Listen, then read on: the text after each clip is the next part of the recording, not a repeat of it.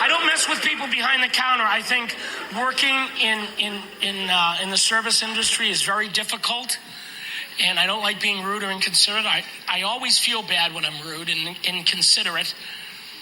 But at Starbucks, they're really slow. I have to have coffee in the morning or I can't function. My first cup could not be Starbucks. I'd be dead by the time I got to the front of that line. They talk about making coffee. I'm doing espressos. Who's doing lattes? Santos is doing lattes. I'm not doing lattes. I'm in back getting the scones. You got coffee up there? Go drink some of that shit. Let's move it. I have to stop and get coffee to stand in line for their coffee.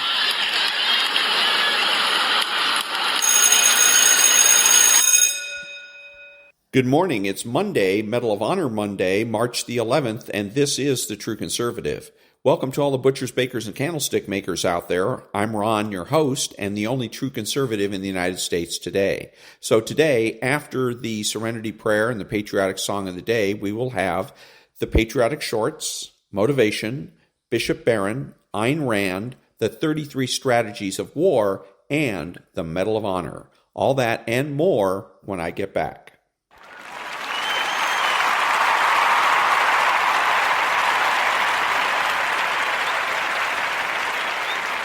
God, grant me the serenity to accept the things I should not change, the courage to change the things I should, and the wisdom to know the difference. Amen.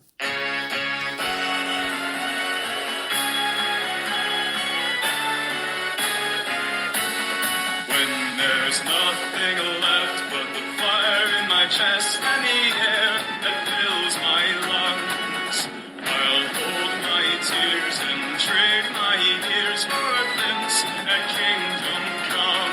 On the other side of misery, there's a world we long to see. The strife we share will take us there to relief and sovereignty. Oh my God, we'll have our home again. My God, we'll have our home. My blood or sweat will get there yet. My God, we'll have our home. In our own towns, we're foreigners now. Our names are spat and cursed. The headline smack of another attack, not the last and not the worst. Oh, my fathers, they look down on me. I wonder what they feel to see their noble sons driven down beneath a coward's heel. Oh, my God, we'll have our home again. My God, we'll have our home. My blood or sweat will get there yet. My God, we'll have our home. The road is dark, the way is lost. My eyes, they strain to see.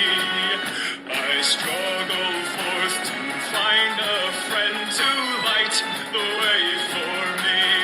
Oh, brothers, can you hear my voice, or am I all alone?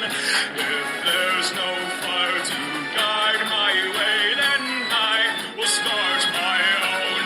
Oh, my God, we'll have our home again. My God, we'll have our home.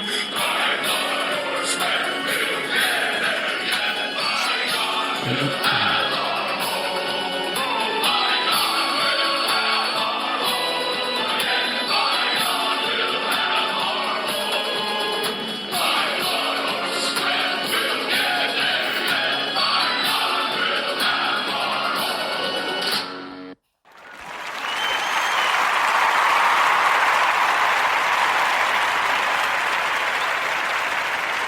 Thank you. Now a little bit of Mafia action.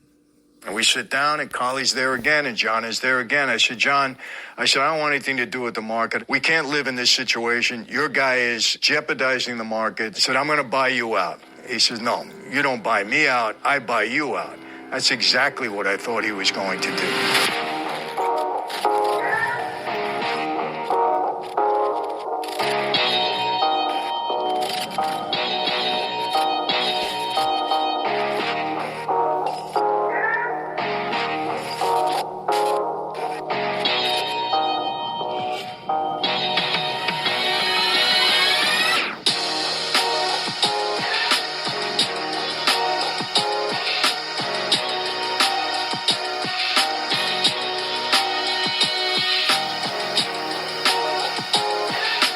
Hey everyone, welcome to another Sit Down with Michael Francis. Hope everybody is doing well. And everything's good on this end. And today is Mob Story Monday. You know, we kind of fluctuate with Mob Movie Monday, Mob Story Monday. So today I'm going to tell a story because I get asked a lot about different people. You know, I'm anxious. So I'm going to do an entire segment on Frank Costello. It's going to be very interesting because Frank was kind of a unique guy. He was a racketeer, more than a gangster. And, you know, a lot of times Sammy Gravano actually coined this, said I was more of a racketeer than I was a gangster. Whatever. But Frank Costello is an interesting guy. That's coming up, so stay tuned for that. But today, I'm going to talk a little bit about my relationship with John Gotti. I get asked about John all the time, and obviously whenever you mention John's name, everybody kind of perks up. You know, in that life, at least according to the media and people out there, John was a larger-than-life figure. You got to admit that. Like him, don't like him, whatever. Covered Time magazine, always in the media. He was a big name, no doubt about it. Whether he was good for that life, bad for that life, I'm not going to comment on that. I'm only going to talk about my relationship. I will tell you this. He has a wonderful family. I knew his wife, Victoria, very well. Nice people, and that's my feeling on it. As far as me, you know, we weren't tight friends, you know, John and I. Obviously, different families. He was a Gambino guy. I was a Colombo guy. But we had occasion to bump into each other quite a bit. I had 2 or 3 business situations with him that I'll talk about. One of them today. When we would meet socially, nice guy, enjoyed being around him. He was fun. He liked to gamble a lot. That wasn't my thing, but everybody knew his gambling was legendary. He and I met a couple of times in Regine's big club in Manhattan. We had a couple of drinks together with other guys around. We had a lot of fun, you know. Business-wise, very difficult to deal with. John, you know, had a tremendous ego. I'm not saying anything out of turn. If you were going to sit down with him over a business situation, if there was any kind of dispute involved, you knew you had your hands full because John never wanted to lose an argument. Didn't want to lose. So I'll tell you about one particular situation, how it came about, and you'll see kind of the inner workings of the mob stuff, how it really went with us, you know? And this issue that I had with John was over a flea market, a swap meet. Very lucrative back in the day. Trust me on that. Very lucrative back in the day, and probably very lucrative now. There was a fellow around me. He was my gumbada. I baptized his kids. He baptized mine. His name was Larry Carrozza. You might have heard about him. Unfortunately, Larry did meet with his demise. He was murdered at a point in time many, many years ago. Broke my heart when it happened. I will tell you that he was like a brother to me. And we did a lot of things together before, you know, this happened to him. And he had a guy around him who was a partner in this flea market. He was actually an accountant. He built the market. It was in Brooklyn. So Larry comes to me, and he had a relationship with the accountant that owns the swap meet, this flea market. And he tells me about his partner who was dealing drugs, who was a drug addict himself, and dealing drugs in the market. Very dangerous. You couldn't do that. So Larry says, Michael, I want to get this guy out of the market. He said, as far as I know, he's not with anybody because, you know, in New York, everybody knows somebody. You always have to worry about that or be concerned about that or check it out. So I had first question, does he know anybody? Is he with anybody? No, Michael, he's a lone ranger. He's all by himself. He won't have any problem. I'm going to chase him out of the market. I said, all right, you don't need me. Chase him out. Do whatever you got to do. And Larry was a tough kid. He wouldn't back down anything. He was a tough kid, very, very capable. That's what happens. So now a couple of days pass, a couple of weeks pass, whatever. I get a call from John Gotti. And John says, Michael, I'd like to see you. I said, okay. So we set up a meeting a couple of days later. I go to meet John. We were both capos at that point in time. And John is with another guy by the name of Collie De Pietro. Now, Collie was a Genovese guy, I believe. And I had met Collie in prison. He was in prison with my dad. So I met him a few times in the visiting room. As a matter of fact, my mom and his wife, you know, got very friendly. So I knew Collie fairly well. And he was friends with my dad. Well, somehow he teamed up with John Gotti at that point in time. And I find out now, allegedly, there was a third partner in the market that I didn't know about it, and that Larry never told me about it. I don't know where this guy came from, but all of a sudden there's a third partner.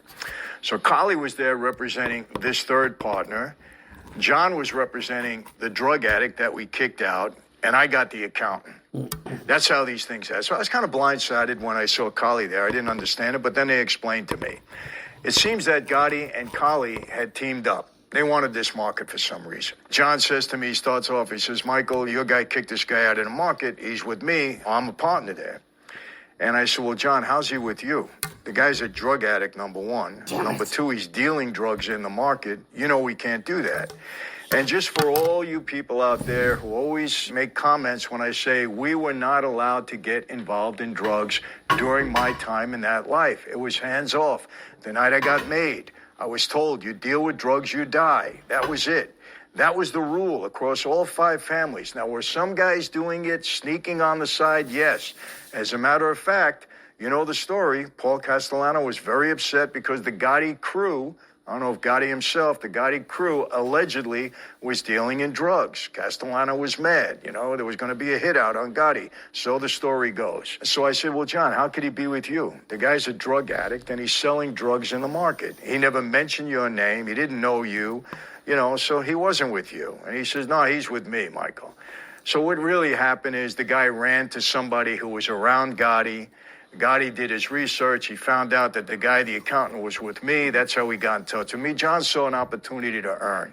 Does it happen on the street? Yeah, it happens all the time. Sometimes guys run to me. They look for my protection. It happened to me with Rizzo. Rizzo came to me when other guys were extorting him in the gas business. That's how it goes. So I made a deal with Rizzo to represent him. I became his partner, and I was able to help him out. So now the same situation was happening with Gotti, except that his guy was a drug dealer, and you weren't allowed to do that. We went back and forth, back and forth, back and forth. I said, John, you know, I'm not letting the guy back in the market. I said, he's dealing drugs there. He's jeopardizing the whole operation, the whole business. It's a good business. A lot of substance. My guy is an accountant. So John said, well, I want a piece of that. I said, well, you know, the guy's with me. How do you get a piece? Anyway, he wouldn't back off, of course. Gotti wouldn't back off. And Carly DePietros teamed up with Gotti. And so I had 2 against 1. So I knew it was a tough situation. I said, look, I'm not making any decisions right now. I said, just keep the guy out of the market. John said, no, the guy's going back in. I said, okay, I see we got a real problem here. So we leave. We don't resolve anything that day. I don't give in. John doesn't give in. Carly doesn't give in. I go see my boss at the time, and I tell him the entire situation. So he's, Michael, what do you want to do? I said, look, I can't live with this. I said, there's no way we're going to be able to get along. The guy's selling drugs. I don't want anything to do with that. I don't want to, you know, I don't have anything to do with anything that has anything to do with drugs. That's my position on it. You know that. So I said, the only way this is going to work is either I buy John out or he buys me out. And I said, you know, Gotti, for some reason, he wants that market. And if I were to buy him out, he's going to look at that as a loss. He's going to want to buy me out. He's going to want to stay in the market. He's going to want to be able to tell people that it's his. So I got to go in with a strategy. And I'm going to tell John straight out, I'm buying you out. And I knew where it was going to go from there. So we set up another meeting. I go again. And we sit down, and Carly's there again, and John is there again. I said, John, I don't want anything to do with the market. We can't live in this situation. Your guy is jeopardizing the market. I said, I'm going to buy you out. He says, no, you don't buy me out, I buy you out. That's exactly what I thought he was going to do. So we settled on a number, it was a couple $100,000. I forget the exact number at this point in time. And as it turned out, Gotti bought me out. I got out of the market. I took care of my accountant. He got some money. He wasn't thrilled with it because it was a decent business, but I said, there's no way you're going to be able to survive with this guy in there. He said, Michael, you're right. He said, I have a small investment. I made some money. He said, if I get my money back, I'm happy. So he got his money back. He had already made some money in the market. So I put some money in my pocket. I gave Larry some money. Everybody was happy. So that's how it ended up. And I got to tell you, within 3 months, the market was closed. I don't know what they did there. I heard stories, you know, it doesn't matter. It never lasted. They ransacked it within 3 months. That was the end of the market. And I knew that would happen. But anyway, you know, what's the moral of the story there? When I went into that negotiation, I knew, you know, John's mentality. I knew his personality. I knew what I could get from him. I knew what I wouldn't get from him. So my strategy was, hey, I'm buying you out, knowing that he would buy me out. So in a way, I got what I wanted. He got what he wanted. That was the end of that. It's very important when you go into a negotiation to know who you're negotiating with. Know their mentality, know what they want, know what you want, know what you'll settle for, know what they'll settle for. There's a lot that goes into a negotiation, which we can get into at another time. I've had so many critical negotiations in my life, you know, even with the federal government, with other people in that life, and then certainly on business situation. But this one in particular, because it's John Gotti, people ask me about all the time. And, you know, the way this came about, I want you to understand something. When you're on the street and you're a made guy, you have a lot of associates around you, and they're always bringing you deals, bringing you situations, bringing you problems, sometimes good deals, and you're always in the position, especially a guy like me who is very active and very aggressive, of, having a lot of things presented to you. So you decide, you pick and choose ones that you want to get involved in, other things that you want no part of. It happens like that all the time. There's always this kind of fallacy out there that mob guys just sit in our social clubs and we just look at the next business that we're going to infiltrate or buy or attack or whatever. It doesn't happen that way. When you're an active guy like me and you have so many people like I was, and you have so many people around you, they're always bringing you different things. So that's what this situation was all about. That's how it ended up. So again, I might have told this story before, but for some reason I'm getting asked about it quite a bit. So that's the truth. Those are the facts. So, hey, you want to know something? You want to know about negotiation? I have a free guide here. I'm going to give you some skills, some pointers that are going to be helpful to you in whatever you do. Because remember this, everything in life is negotiation.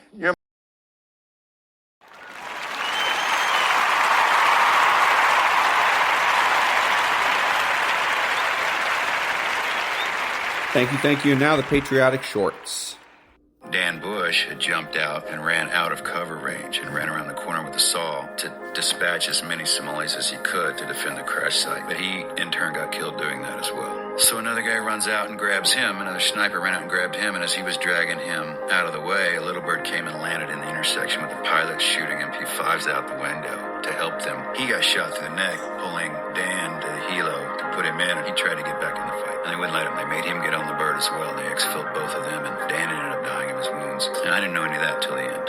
These are all your guys? Yeah. And so that's how the night started. What did the most notorious Nazi leaders do before World War II?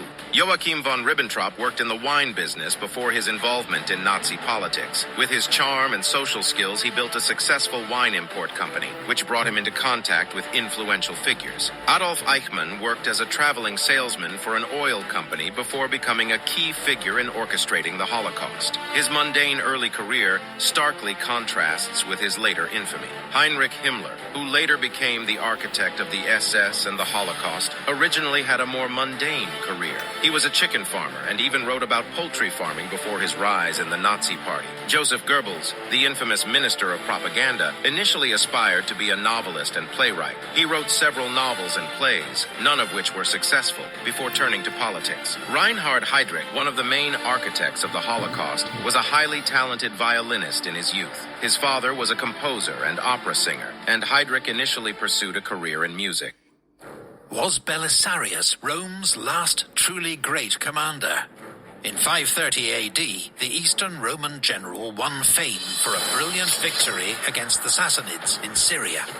Then Emperor Justinian sent him to North Africa, where he defeated the Vandals, reclaiming the province for the empire. Then he retook Sicily, landed in Italy, and liberated Rome itself from the Ostrogoths. Despite these glorious achievements, his success was met with suspicion and envy by fellow commanders, even by the emperor himself. Denied reinforcements, his campaign in Italy bogged down and became a stalemate. Despite a period in disgrace, Belisarius' loyalty to Justinian and the empire never wavered, and aged almost 60, he led one last great charge to save Constantinople from attack. Why is the U.S. Navy launching cars from the deck of one of its most advanced supercarriers? It's not just a way to pass the time. As fun as it may look, what's going on here is serious business. It's called a dead load test, and it's a critical part of getting the second Ford-class carrier, the USS Kennedy, ready for deployment. You see, while the Navy's first Ford-class carrier, the Gerald R. Ford, was launched in 2013, it took a full 10 years for it to finally see service. And much of the delay was due to new technologies. Above all, its state-of-the-art electromagnetic aircraft launch system, or EMALS. EMALS is supposed to be more efficient than previous steam-powered systems, but it's not without its challenges. So hoping to avoid repeating the same mistakes, the Navy is thoroughly testing the USS Kennedy's EMALS system by launching these car-like vehicles, which weigh up to 80,000 pounds. By simulating the actual weight of fighter jets, the tests will help the Navy stick to its 2025 delivery date for the USS Kennedy. He forged his mother's signature so he could join the United States Navy at the age of 15. The year was 1942, and young Frederick Hubbard Gwynn was determined to serve his country following the Japanese attack on Pearl Harbor.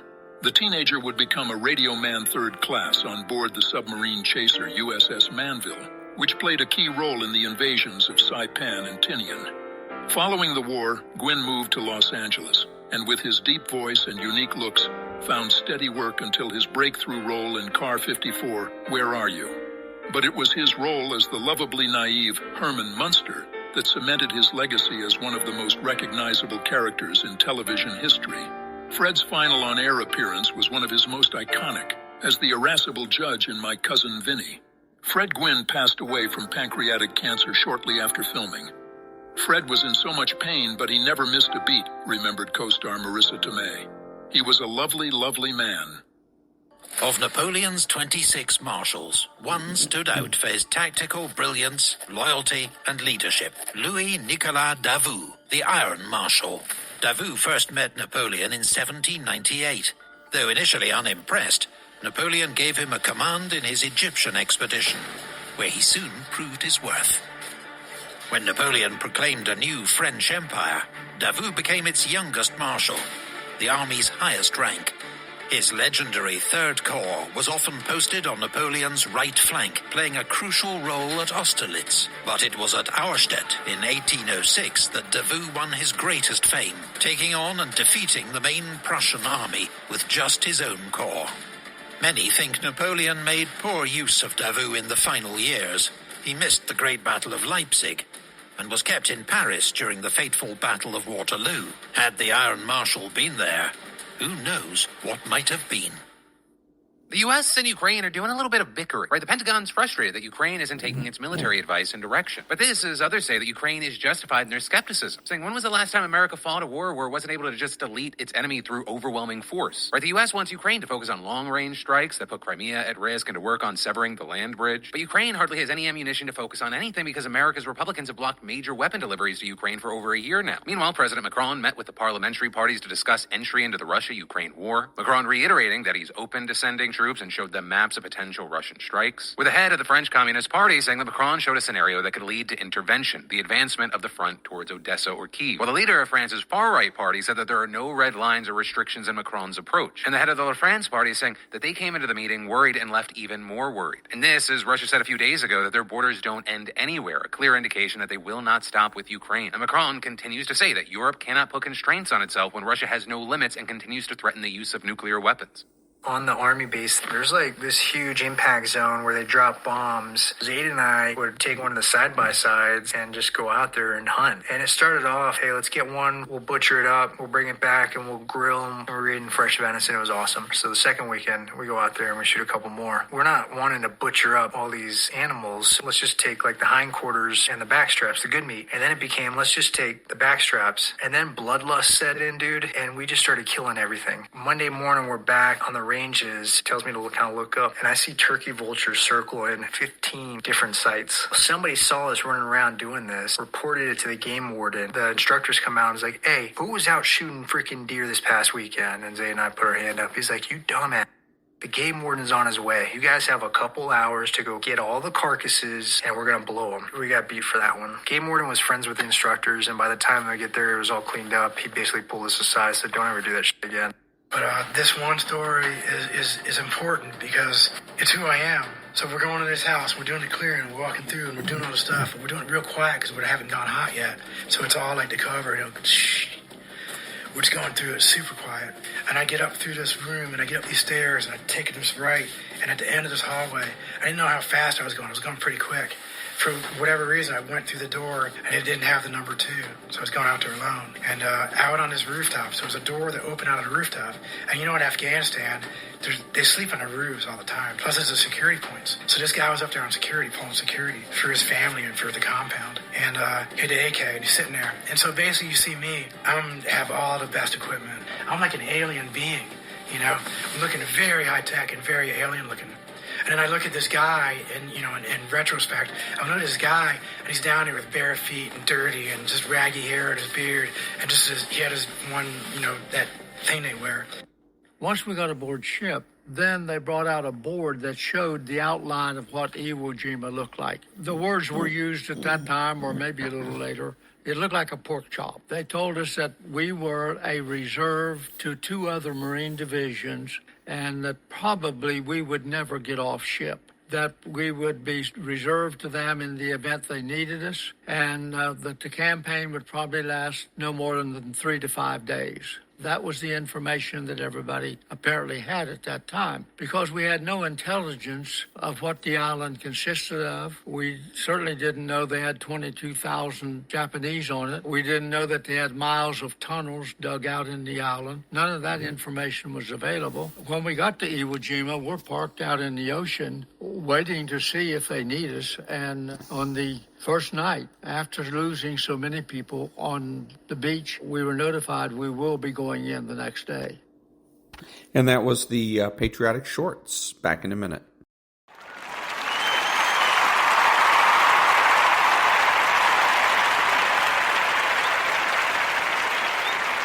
Thank you. Now a little bit of motivation. Conflict is an inevitable part of human interaction.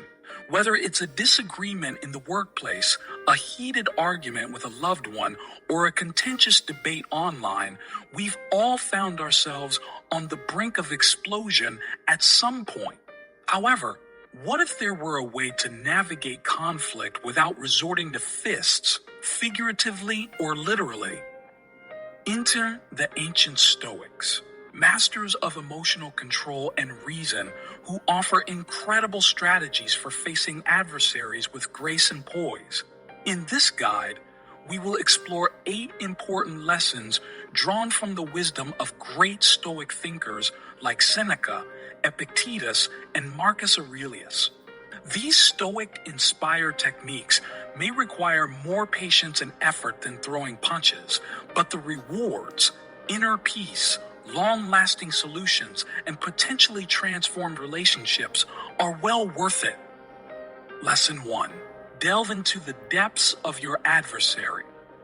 Imagine standing at the edge of a furious river, its rapids foaming and churning with rage.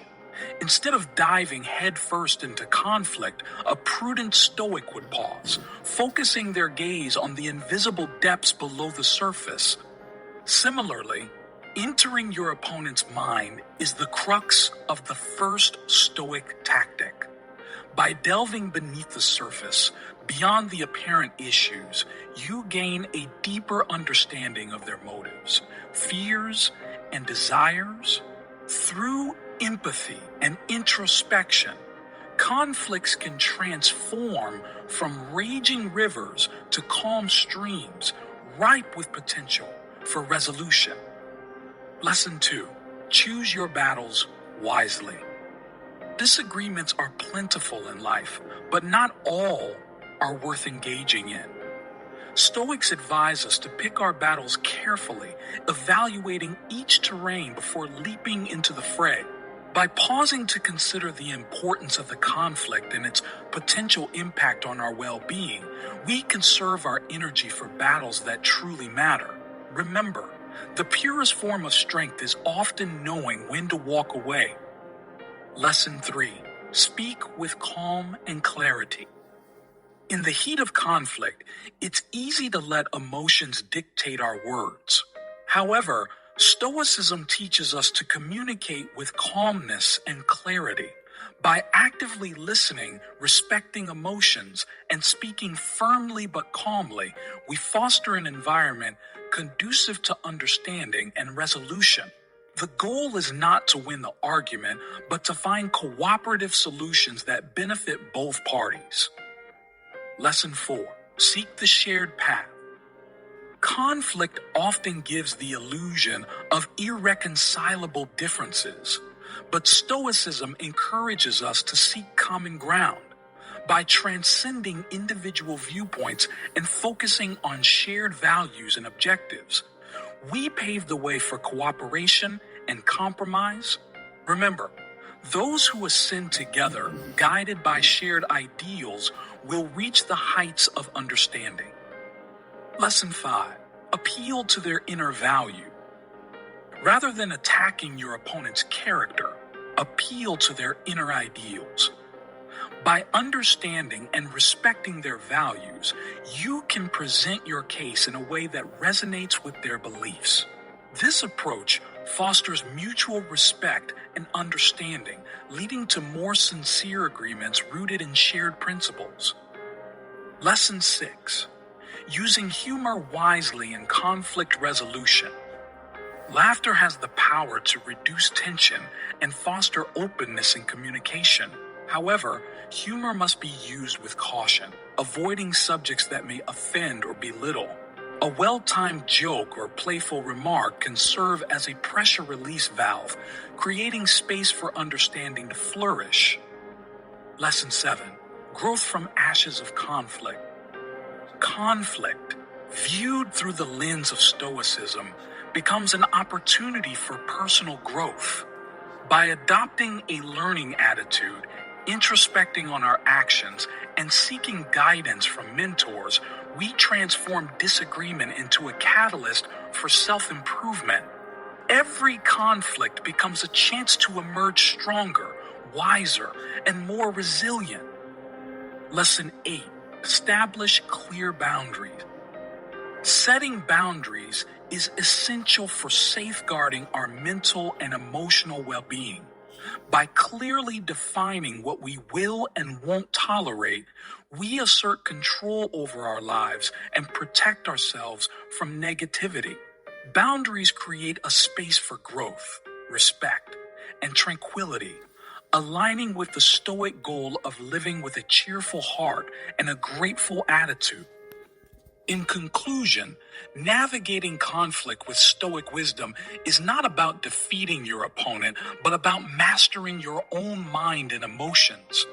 By embracing empathy, reason, and self-discipline, we become stronger, more confident versions of ourselves, capable of transforming conflict into opportunities for growth and understanding.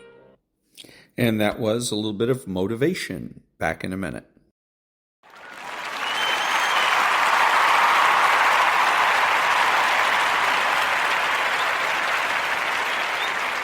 Thank you. And now, the daily laws for March 10th and March 11th. March 10th. Knowledge is your superior. What makes the difference between an outstandingly creative person and a less creative one is not any special power, but greater knowledge in the form of practiced expertise and the motivation to acquire and use it. This motivation endures for long periods, perhaps shaping and inspiring a whole lifetime. Margaret A. Bowden. To negate the ego, you must adopt a kind of humility toward knowledge. The great scientist Michael Faraday expressed this attitude in the following way. Scientific knowledge is constantly progressing. The greatest theories of the time are eventually disproven or altered at some future point. The human mind is simply too weak to have a clear and perfect vision of reality. The idea or theory that you are currently formulating that seems so fresh and alive and truthful will almost certainly be shot down or ridiculed in a few decades or centuries. We tend to laugh at people prior to the 20th century who did not yet believe in evolution and who saw the world as only 6,000 years old. But imagine how people will be laughing at us for the naive beliefs we hold in the 21st century. And so it is best to keep this in mind and not grow too fond of your ideas or too certain of their truth. Daily Law. Knowledge is always progressing. Don't let your ego fool you. You are always knowledge's inferior. Mastery, Chapter 5. Awaken the dimensional mind, the creative active. March 11th. Intensity of focus. To many of those who knew Marcel Proust as a young man, he seemed the least likely person ever to attain mastery, because on the surface, he appeared to waste so much valuable time. All he ever seemed to do was read books, take walks, write interminable letters, attend parties, sleep during the day, and publish frothy society articles. But under the surface was an intensity of attention. He did not simply read books. He took them apart, rigorously analyzed them, and learned valuable lessons to apply to his own life. All of this reading implanted in his brain various styles that would enrich his own writing style. He did not merely socialize. He strained to understand people at their core and to uncover their secret motivations. He did not just analyze his own psychology, but went so deeply into the various levels of consciousness he found within himself that he developed insights about the functioning of memory that foreshadowed many discoveries in neuroscience. He even used the death of his mother to intensify his development. With her gone, he would have to write himself out of his depression and find a way to recreate the feelings between them in the book he was to write. As he later described it, all of these experiences were like seeds, and once he had started his great novel, In Search of Lost Time, he was like a gardener tending and cultivating the plants that had taken root so many years before. Daily Law. It is not your studies that will bear fruit, but the intensity of your attention. Mastery, Chapter 6. Fuse the intuitive with the rational. Mastery. And those were the Daily Laws for March 10th and March 11th from the book, The Daily Laws by Robert Greene. Back in a minute.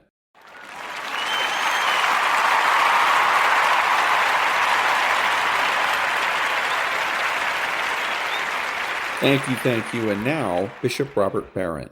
The greatest male saint in the history of the church was not a pope, not a bishop, not a priest, not a deacon, not a hermit, not a monk. The greatest male saint was a husband and layman and a simple worker.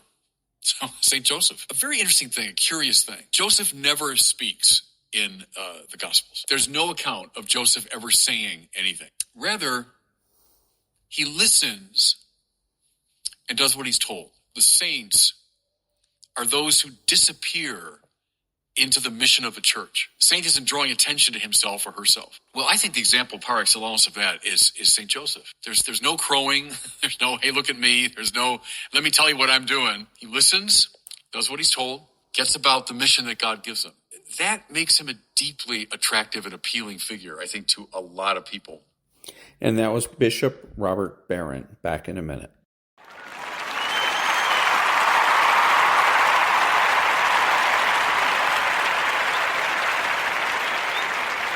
Thank you. And now, the Ayn Rand thought of the day.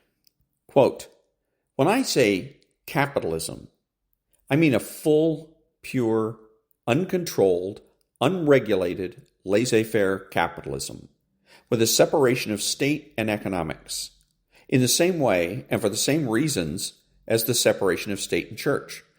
A pure system of capitalism has never existed, not even in America. Capitalism is not the system of the past, it is the system of the future, if mankind is to have a future. Unquote. And that was the Ayn Rand thought of the day. Back in a minute.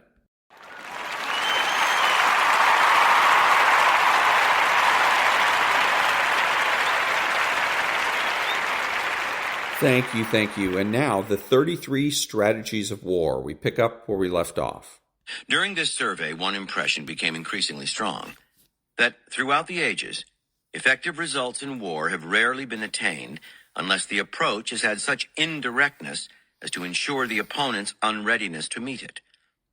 The indirectness has usually been physical and always psychological.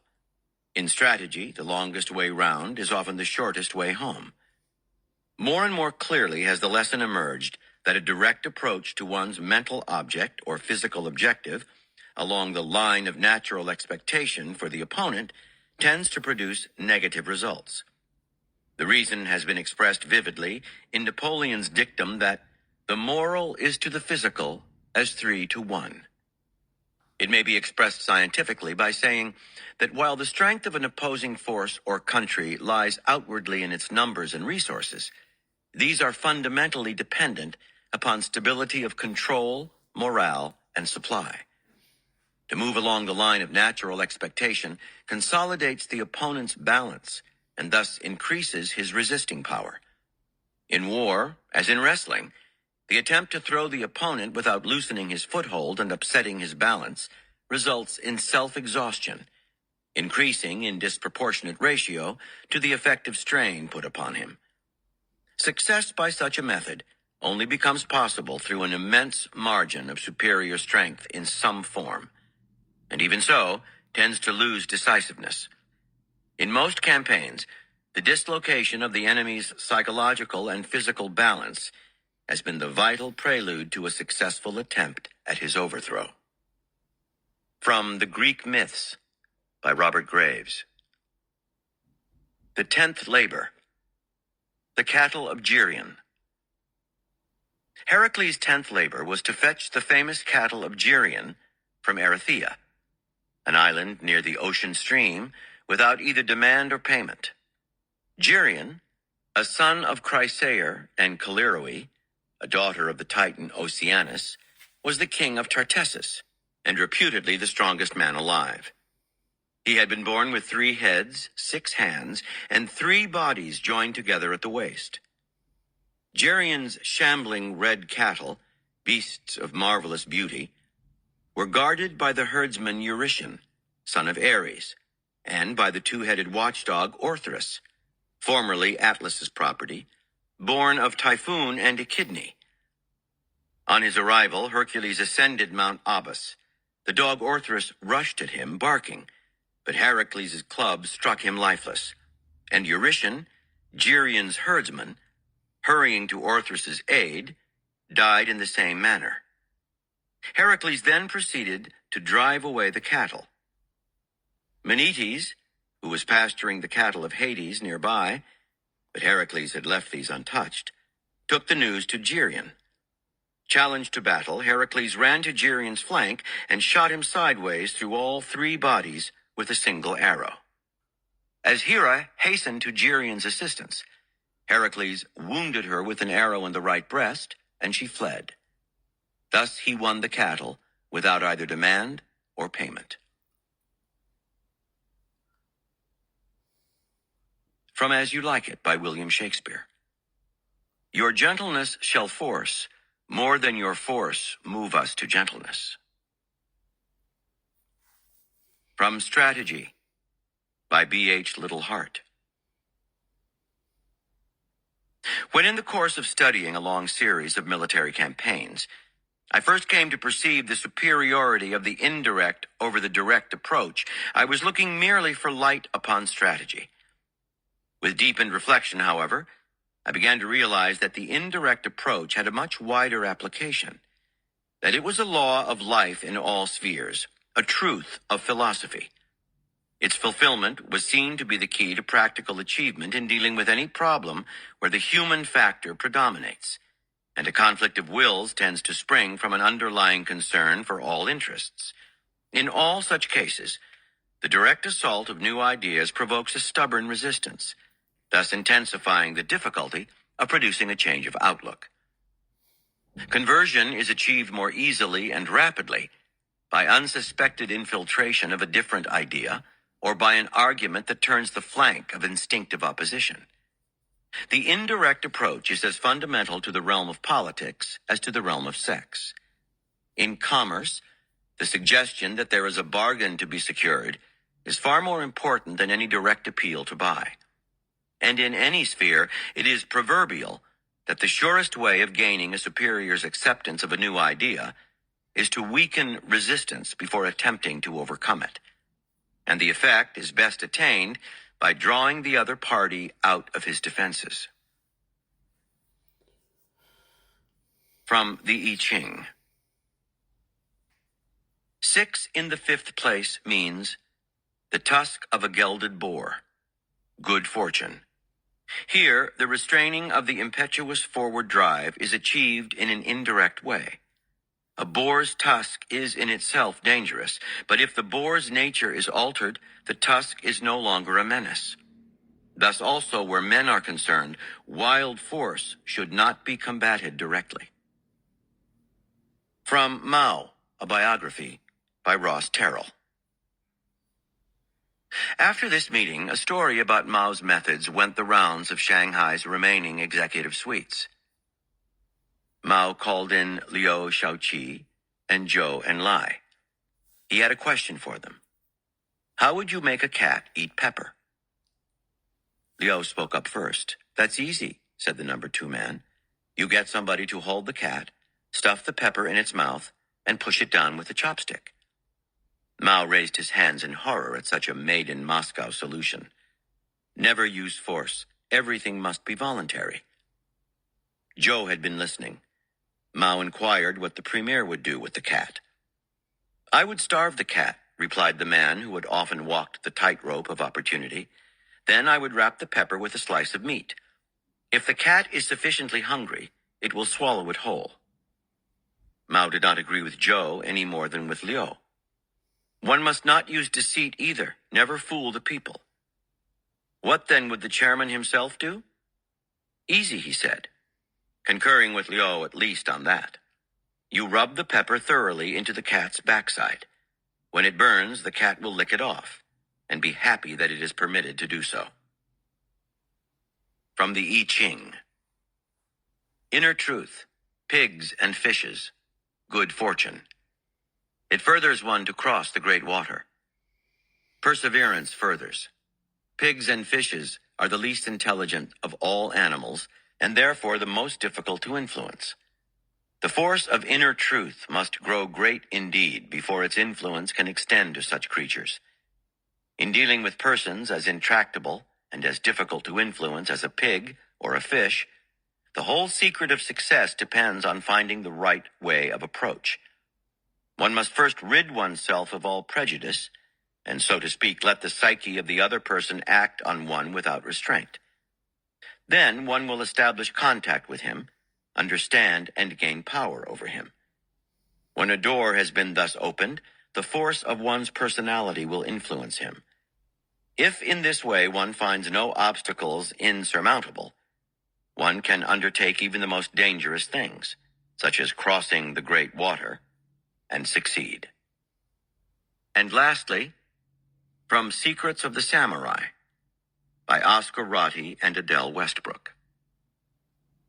The Book of Changes, I Ching, is often considered the Oriental apotheosis of adaptation, of flexibility. In this book, the recurring theme is one of observing life and blending with its flow in order to survive and develop. In effect, the theme of this work is that everything in existence can be a source of conflict, of danger, and ultimately of violence if opposed from the wrong angle or in the wrong manner. That is, if confronted directly at the point of its maximum strength, since this approach renders the encounter potentially devastating. By the same token, any and every occurrence can be dealt with by approaching it from the right angle and in the proper manner. That is, at its source, before it can develop full power, or from the sides, the vulnerable flanks of a tiger.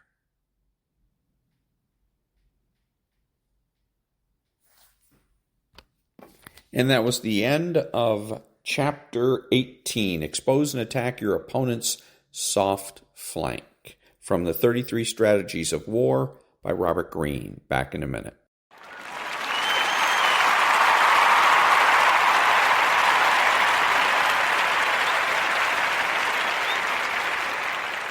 Thank you. So if you're a Democrat, you should be voting Republican and become a Republican because the pressure's off. On the Democrat side of the ticket, the Democrats are under constant pressure to produce paradise and to produce it yesterday. The Democrat Party is about 50 years behind schedule. They should have created paradise about 50 years ago, but they failed to do so. So the pressure is on, the pressure is on, the pressure is on. Got to get the movement, got to get perfect.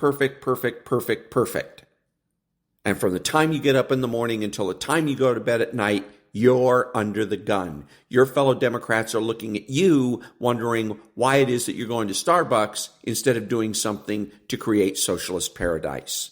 But in the Republican Party, no such thing, because we're realistic. We know there's never been a paradise, there isn't now, and therefore there's not going to be any type of paradise other than the second coming of Jesus Christ. Back in a minute.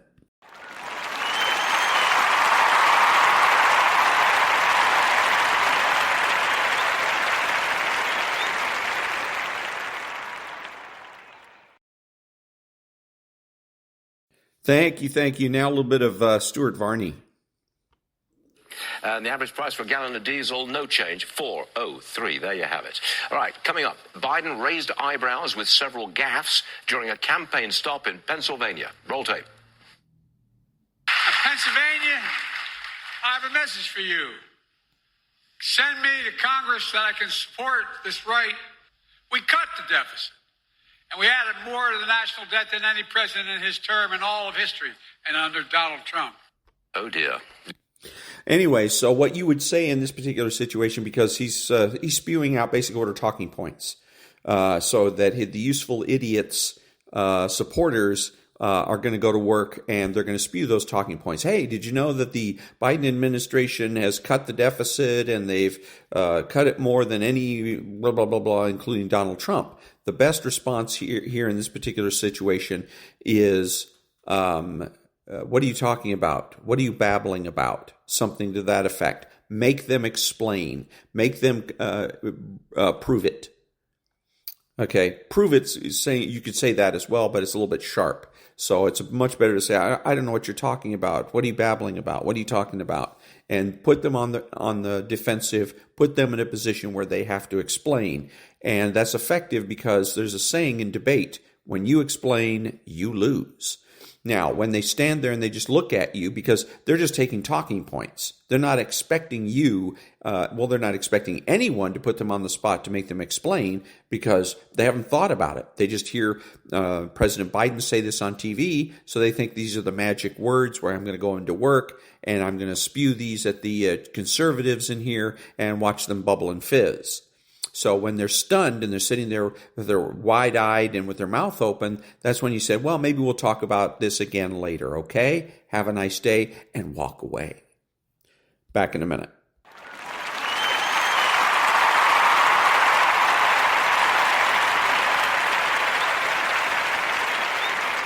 Thank you. And now, Stuart Varney's My Take.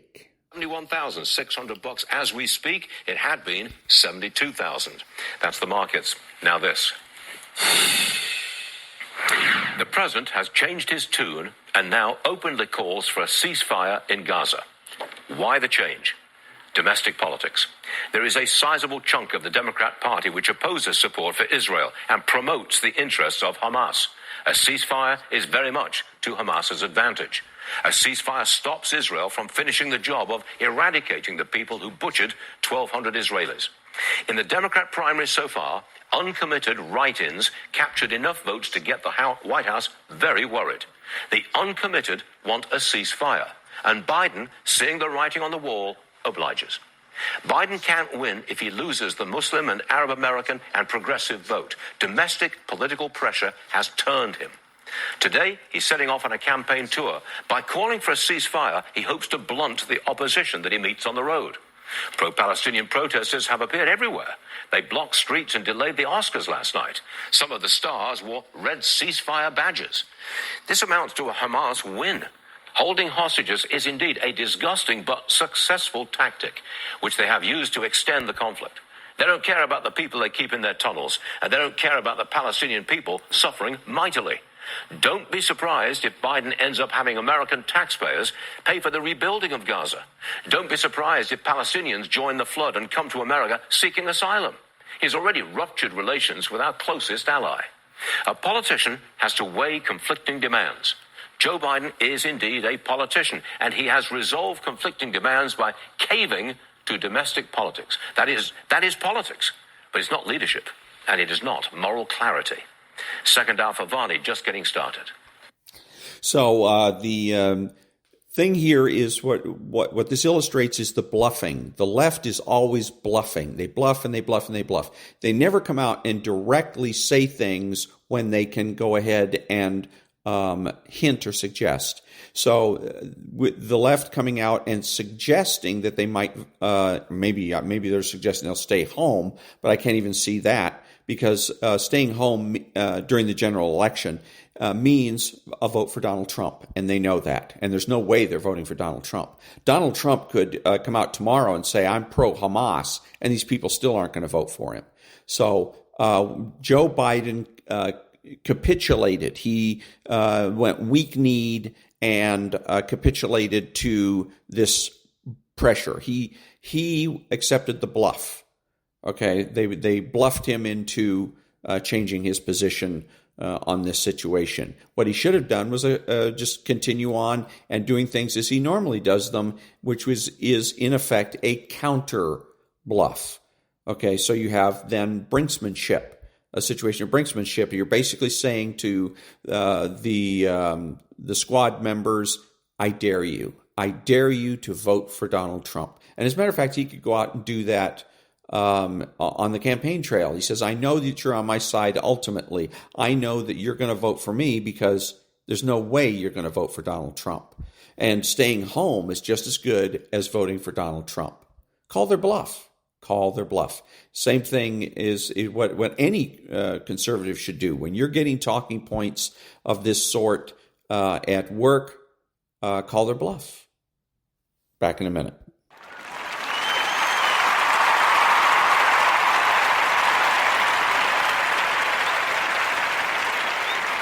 Thank you. So I just heard on the radio that there was a woman, I don't know who she was, I don't care. She was on some television talk show, and she said that for Biden to win, to raise his favorables and raise the negatives of Donald Trump, that he needs to have 3 words ready at his disposal, and that is rapist, racist, and fascist.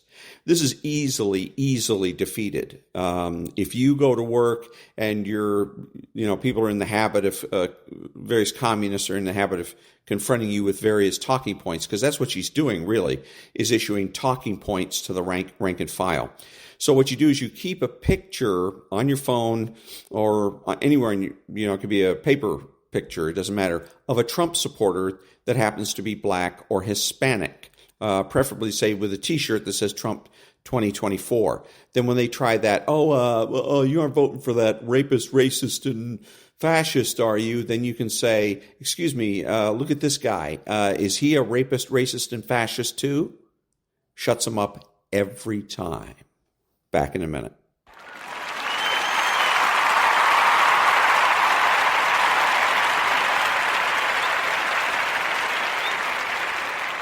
Thank you. And now, the Medal of Honor. Chapter 5. Private Dale Merlin Hanson, USMC.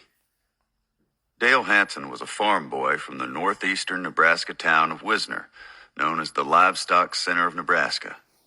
Even today, Wisner's population is just about 1,200 people. It's a small, typical mid-American town. However, Wisner has produced its share of notable people, including an NFL football player, a 1940s Hollywood starlet, and a Nebraska representative to the U.S. Congress. Its most notable and heroic, however, is Dale Merlin Hanson, United States Marine Corps. In his 21 years before joining the Marines in 1944, Hanson had never traveled far from his hometown. After graduating from high school in 1940, he remained on the family farm, a necessary contributor to both the family and the war effort.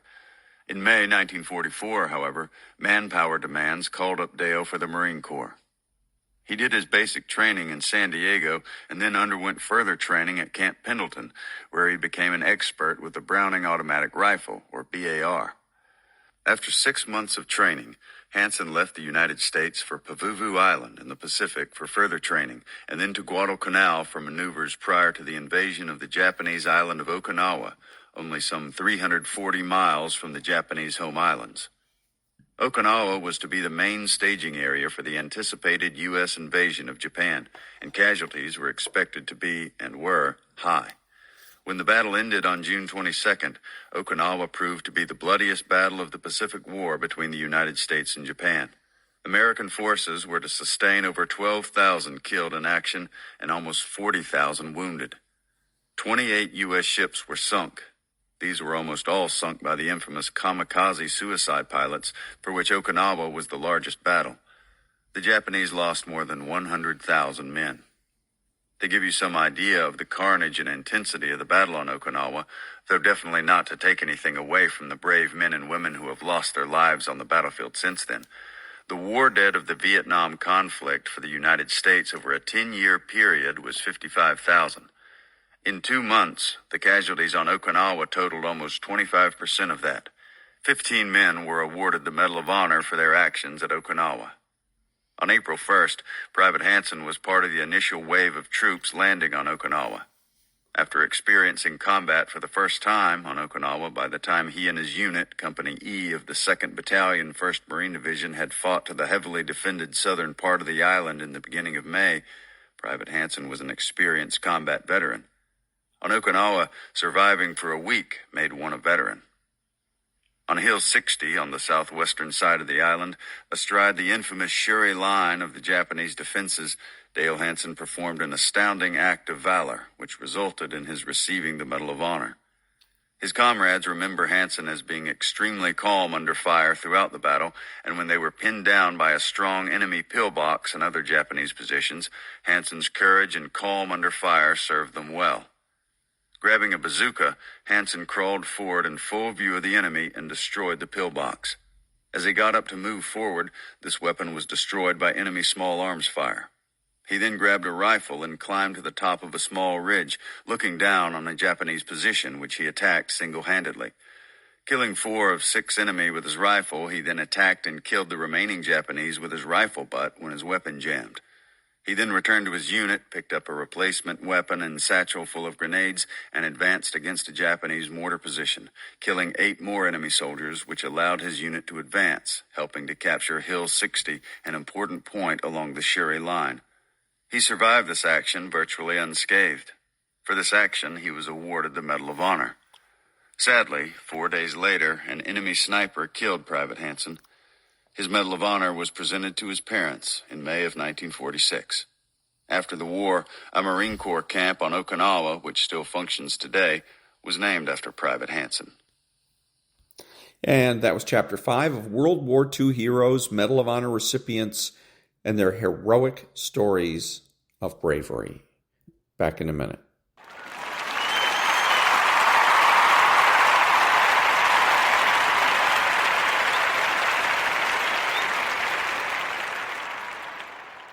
Thank you. This is Ron, your host, the only true conservative in the United States today, bidding adios to all the butchers, bakers, and candlestick makers out there and reminding you that you are not neutral and that the government has no rights.